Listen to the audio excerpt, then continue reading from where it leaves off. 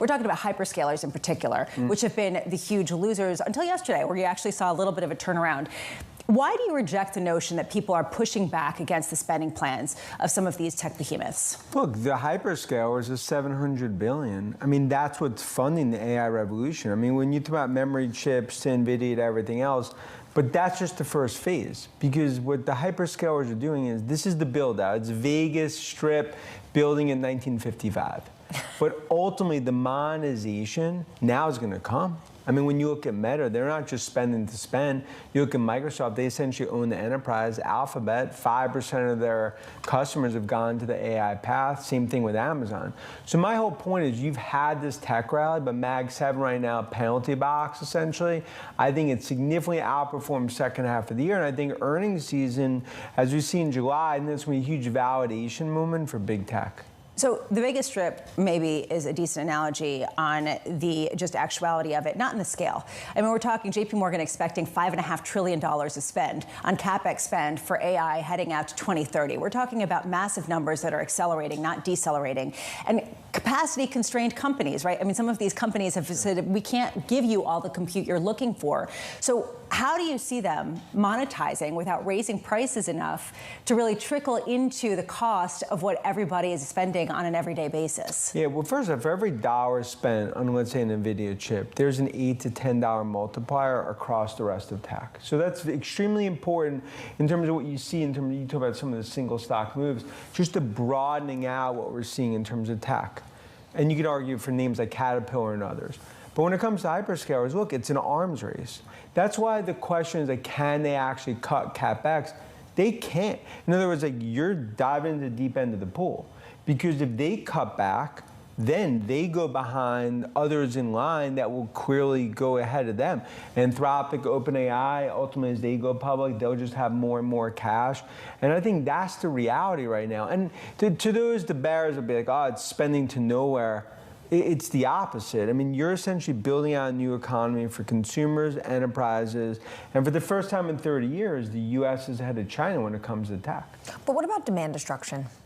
Does that happen, especially when you see something like Apple come out and across the entire suite having to raise prices? Sure, look, I mean, there's going to be negatives, just like we see with memory, because there's a limited amount of memory chip players. You can't just all... So there is a breaking point, though. There is a breaking point to a point where, like, okay, if you continue at these prices, eventually there's cannibalization, there's churn. For Apple, at these levels, 100 bips of churn maybe. When it comes to iPhone, there'll be a $150, $200 price increase, but then there'll be subsidies from carriers and others. But look, now you're seeing where it's called Ramageddon, or what we're seeing in terms of memory prices. That is going to have an impact, but I view it as it's paying a small tax on the broader ecosystem that's being built out by big tech. But if there is a little bit of a breaking point, when does it happen? Look, I think in the next 6 to 9 months is where you need to see some sort of stabilization when it comes to prices. You need to see scale. You need to see ultimately what we're seeing in terms on the token side, where you need to see, like, prices start to come down. CapEx will be about $1 trillion for big tech next year, but then the monetization starts. So essentially, you start to actually now see the monetization piece, which is very important to just investors feeling like Meta, they're not just spending like 1980s rock stars for no reason. When does this AI bubble pop? So listen, the chart, gives me a little bit of reason to be cautious. The only thing that I would dispute about that chart is that I think the times are very different. This story is not the .com story, right? This AI zone that we're in is not what it was in late 99, early 2000, when anyone who put a .com at the end of the name suddenly had crazy valuations. That's not the story. So while I'm a little bit concerned that valuations are stretched, and I think in some names they are, and I think we saw that over the last couple of weeks when we saw money rotate out of tech into other sectors, I'm not in the camp that I think that this is a bubble that's going to burst the same way it did in 99 and 2000, because these are real companies with real products, with real revenues, which is very different than what it was in in 99, 2000 with the dot-com, bubble and burst. And so therefore, I think it's different. I think it's changing the world. It's the fourth industrial tech revolution that's happening. And I think we're still very much in early stages. So I'm not in the camp that I'm worried about it exploding or imploding. But I do think you have to be cautious as an investor, not to get caught up in the emotion of it, and make sure you stick to your discipline. Kenny, to that point, we've seen the investors rotate out in the quarter that just completed out of the Mag 7. Now they're the Lag 7. They've rotated into Micron, Sandisk, Broadcom, you name it. Does that trade still intact, or do you get value hunters going back into the Mag 7 ahead of earnings season in a few weeks? So I think you've got, and I said I've been writing about this in my note in the last couple of days, going into the end of the quarter as we saw that rotation. And I think you started to see some of that going back in yesterday. You saw what happened to the Mag 7. It was up, substantially yesterday. And so I think some of those names are down 10, 15, 18%. And so they create opportunities. They were either kissing or into the oversold territory on their RSI scales. And that then creates opportunity once again for institutional money will start to look at it. Retail investors will start to look at it. And so I think as we enter now this new quarter in the second half of the year, that there will be some bargain hunting and some shopping in those names. Because again, I am pro and bullish on AI and some of those names and some of the ones that get dislocated. Look at a name like Microsoft trading at 360. Right? Nvidia's off its highs. Those are names that I think are going to continue to power this move higher. And that's where I think it creates opportunity. And look, to your point, you're showing it right now. Microsoft in the pre-market is up $7 or, almost 2%.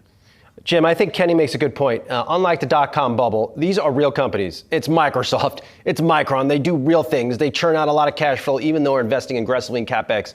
What has the economic impact been of these AI rollouts? I think we're going to get a taste of this in the jobs report when it comes out. A lot of jobs being created, of course, on various infrastructure sites. But how have you seen this? So, first of all, at the top, Kenny, you're not bullish enough on AI. I am. This is the biggest. This is the biggest technology of the last century. It is way bigger than the internet. It is way bigger 100%. than the PC. It will end in a bubble, but that bubble might be years down the road. This month, Nvidia's market capitalization fell below $5 trillion, and in just 30 days, the stock has lost around a tenth of its worth.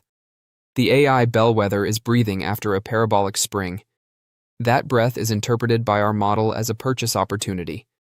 With a $4.663 trillion market capitalization, Nvidia's stock is currently trading at $192.53. Our Wall Street price prediction for Nvidia is $245.91, which suggests a 27.73% increase over the following 12 months. Buy as advised, with a 90% confidence level. Nvidia is up 3.36% year-to-date and 24.36% over the previous year, but it is down 8.62% over the last week and 9.34% over the previous month. With a 52-week low of $151.29, shares are around 27% below their 52-week high of $236.26. While Nvidia's fundamentals are unchanged, the recent rotation is a result of the SK Hynix HBM slowing narrative and wider AI chip profit-taking. On May 20th, 2026, the Q1 FY27 report revealed sales of $81.61 billion, up 85.23% year over year. The non-GAAP EPS of $1.87, above the consensus by 5.42%. Networking increased by 199%. Data center revenue reached $75.25 billion, buy-side 92%, EOY, and Q2 projection was $91 billion. The management increased the quarterly dividend to $0.25 and authorized a $80 billion buyback. In the bull case, Nvidia would reach $259.20 by June 2027, a 34.63% return if demand exceeds supply. With partners committed to multi-gigawatt deployments, including 10 GWh with OpenAI, 1 GWh with Anthropic, and 5 GWh with CoreWeave by 2030, CEO Jensen Huang characterizes the AI factory build-out as the largest infrastructure expansion in human history. The $119 billion total supply commitments indicate that management believes the order book is solidifying. With 58 buy recommendations compared to 2 holds and 1 sell, the average sell-side target is 298.93. What might go wrong? Over a 12-month period, the bear scenario pushes Nvidia to 212.99, which is still a good 10.62% return. Risks include execution risk on the $119 billion supply commitment if hyperscaler expenditure slows, competitive pressure from Amazon Trainium and open-source models trained on Huawei Silicon, and China data center compute revenue, which is currently projected at 0 in the guidance. In 9 recent transactions, insiders have been net sellers. While the corporation approved a $80 billion buyback, a bigger institutional signal, the sales are standard 10b5-1 dispositions. Why the dip is appealing. With 90% confidence and a buy rating, the Wall Street price objective of 245.91 months represents an increase of 27.73%. The scale is tipped by the combination of 85% revenue growth and forward projection that suggests acceleration into Q2. Investors that can withstand a beta of 2.2 and the China overhang will benefit from this scenario. For those who think that hyperscaler capital expenditures will peak in 2026, the multiple has little room for disappointment, which undermines the argument. If present growth patterns continue, here is where our model suggests Nvidia might trade. These estimates are predicated on Nvidia carrying out its Vera Rubin and Blackwell roadmap. While a reset in hyperscaler spending would reduce multiples, restored access to China might result in huge upside. Shares of Nvidia simply can't seem to take off for whatever reason. However, Nvidia is performing admirably for a Mag 7 stock. However, it has been difficult for a semiconductor company to hold on to its stock when the industry as a whole has grown by more triple-digit percentage points this year. In fact, it's possible that the current AI chip bubble is more due to a correction to the upside as investors perceive the names as structural rather than cyclical climbers this time. In the tumultuous world of semiconductor names, Nvidia might be the last excellent deal given the quick returns from the picks and shovels deals. At least when it comes to high-end AI at the absolute frontier, the $4.8 trillion GPU titan is positioned to continue selling its latest and greatest as businesses everywhere seek to scale up or risk losing ground to a competitor in a race where only the gold medal leads to that enormous payout. For those next-generation data centers, expanding up and acquiring as many GPUs as feasible is obviously insufficient. Further study and a shift from large language models, LLMs, to world models and mixture of experts, MOE, architectures may be the best route to superintelligence or artificial general intelligence, AGI, for state-of-the-art AI labs. Regardless, Anthropic's Claude Mythos model has undoubtedly been the biggest AI story of the year. The so-called SaaS-pocalypse, which hasn't yet recovered, was made worse by it. In terms of cybersecurity applications, China is said to have lately matched the strong model. Anthropic's dominance was undoubtedly short-lived. The trillion-dollar issue is whether or not this is another DeepSeek moment. In any case, Jipu's GLM 5.2 model is incredibly potent. The most remarkable thing is that it costs a lot less to operate than something like a Claude Mythos. It's possible that the renowned Jensen Huang was entirely correct when he said that China is only nanoseconds behind the AI race. There are still concerns about what the AI race will look like now that China has a potent model that can hunt bugs just as effectively as Mythos. Maybe Jensen Huang was correct when he suggested that America should aim to dominate the hardware stack. After that, it might be time to consider the scenario in which Nvidia sells more chips, possibly even more than the H200, to the Chinese market. It's obvious that America may be losing its hold on the Chinese market as Huawei gains traction with AI chips. China's silicon floats the market, making it difficult to gain traction when Huawei's CUDA-like environment is taken into account. As of right present, it seems that Nvidia chips sold in China are not at all priced. Perhaps collaborating is the best course of action to lessen the possible risks associated with AI at the frontier. Who knows? A grand bargain in which China transfers DRAM while purchasing additional Nvidia GPUs might be very advantageous to both parties, easing the burden of the AI build-out while reducing the dangers related to the technology itself. Even though Huawei is currently operating at full capacity, I predict that Nvidia will stay ahead almost all the way. That's America's biggest negotiating chip, and if a deal can be worked out, it might be used.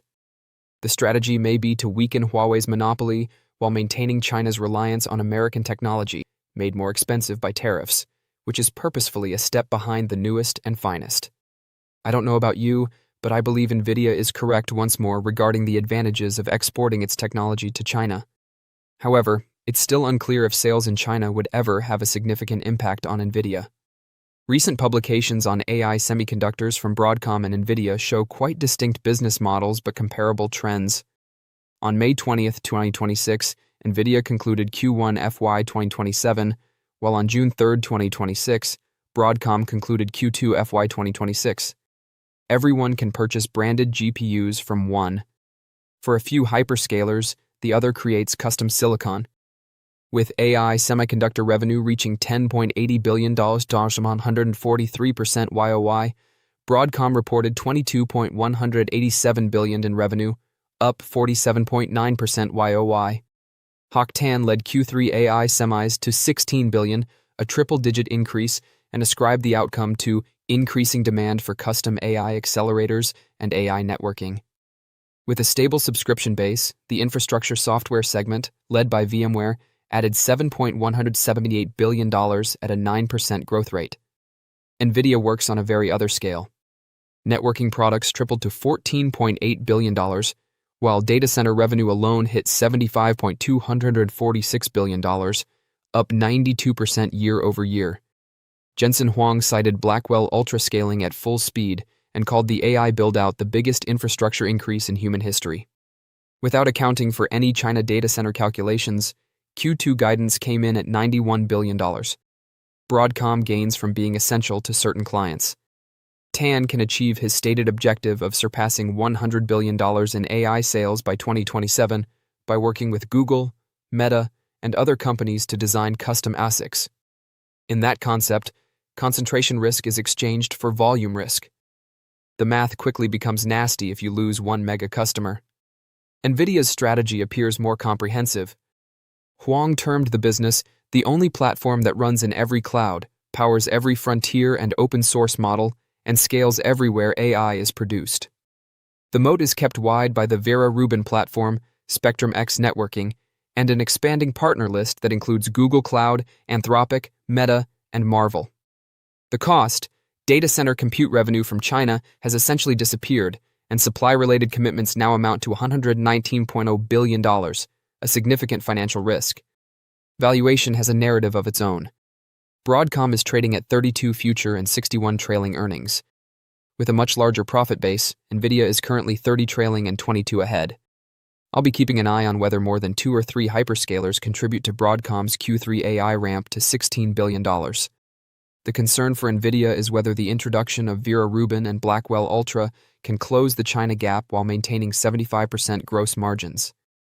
The AI trade is obviously fading, with Broadcom down 16.5% and Nvidia down 7.55% during the previous month. The next data point worth keeping an eye on for both names is the hyperscaler CapEx statement in July. With a software moat that continues to build and a forward multiple that appears acceptable in light of 85.2% revenue growth, Nvidia leads on size. The profile of Broadcom appears to be more complementary. Tan's execution has been flawless for 8 straight quarters of EPS beats, and the custom ASIC story is real, but the concentration risk and larger multiple are worth considering. Broadcom's $0.65 quarterly dividend is particularly appealing to income-oriented investors. This summer's hyperscaler CapEx discussion will be crucial to both names' success.